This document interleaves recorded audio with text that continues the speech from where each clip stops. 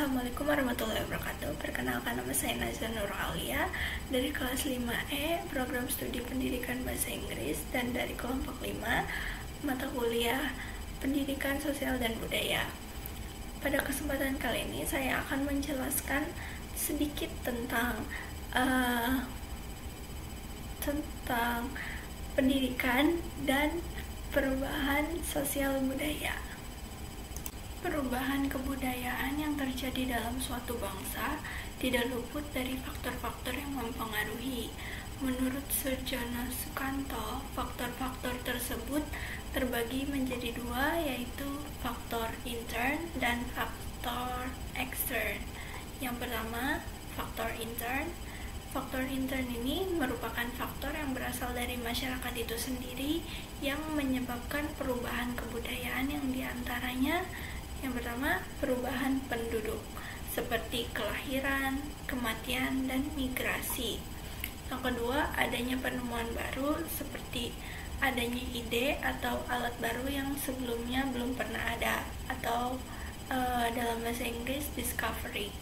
Yang ketiga, penyempurnaan penemuan baru, atau invention. Dan yang keempat, proses pembaharuan atau melengkapi atau mengganti yang telah ada atau innovation.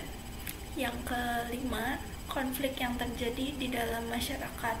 Konflik dapat merubah kepribadian orang-orang yang terlibat di dalamnya, misal menjadi pendiam, murung, tidak mau bergaul, atau bahkan berusaha memperbaiki keadaan tersebut supaya menjadi lebih baik.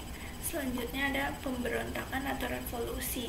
Hal ini menyebabkan perubahan pada struktur pemerintahan pada suatu negara. Kemudian ada faktor ekstern. Faktor ekstern ini merupakan faktor yang berasal dari luar masyarakat melalui interaksi sosial yang mendorong terjadinya suatu perubahan kebudayaan yang diantaranya pertama, peperangan.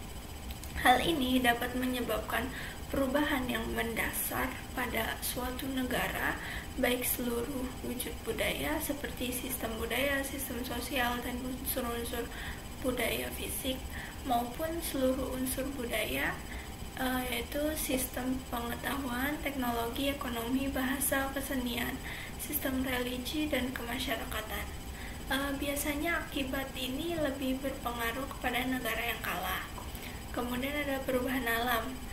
Pada zaman sekarang, sebagian besar hal ini disebabkan oleh tindakan manusia sendiri yang menyebabkan kerusakan alam seperti membuang sampah sembarangan, penebangan liar, pembangunan terus-menerus di lahan pertanian, dan masih banyak lagi. Hal ini dapat merugikan manusia sendiri seperti kehilangan keluarga, tempat tinggal, harta, benda, dan sarana umum lainnya.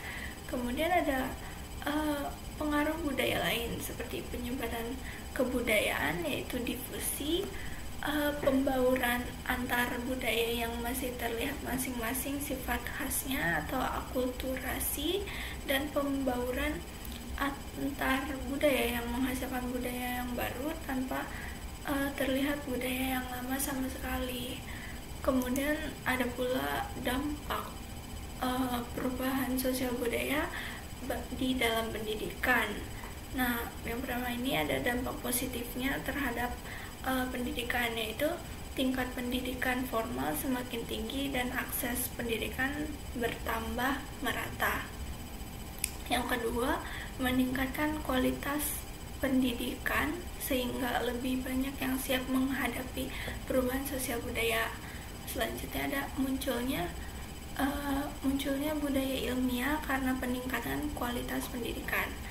Yang terakhir, penguasaan terhadap ilmu pengetahuan semakin berkembang dan maju.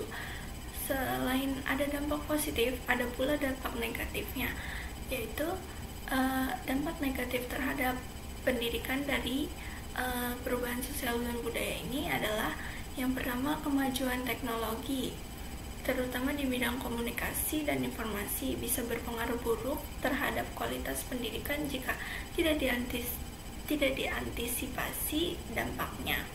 Kemudian ada disorientasi nilai dan norma budaya bisa memicu perilaku menyimpang seperti kenakalan remaja. Kurang lebih itu saja yang bisa saya paparkan.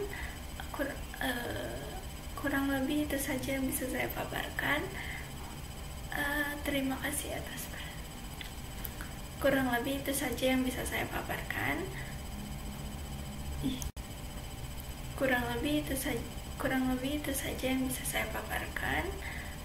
Terima kasih atas perhatiannya. Saya mohon maaf bila ada kesalahan. Terima kasih. Wassalamualaikum warahmatullahi wabarakatuh.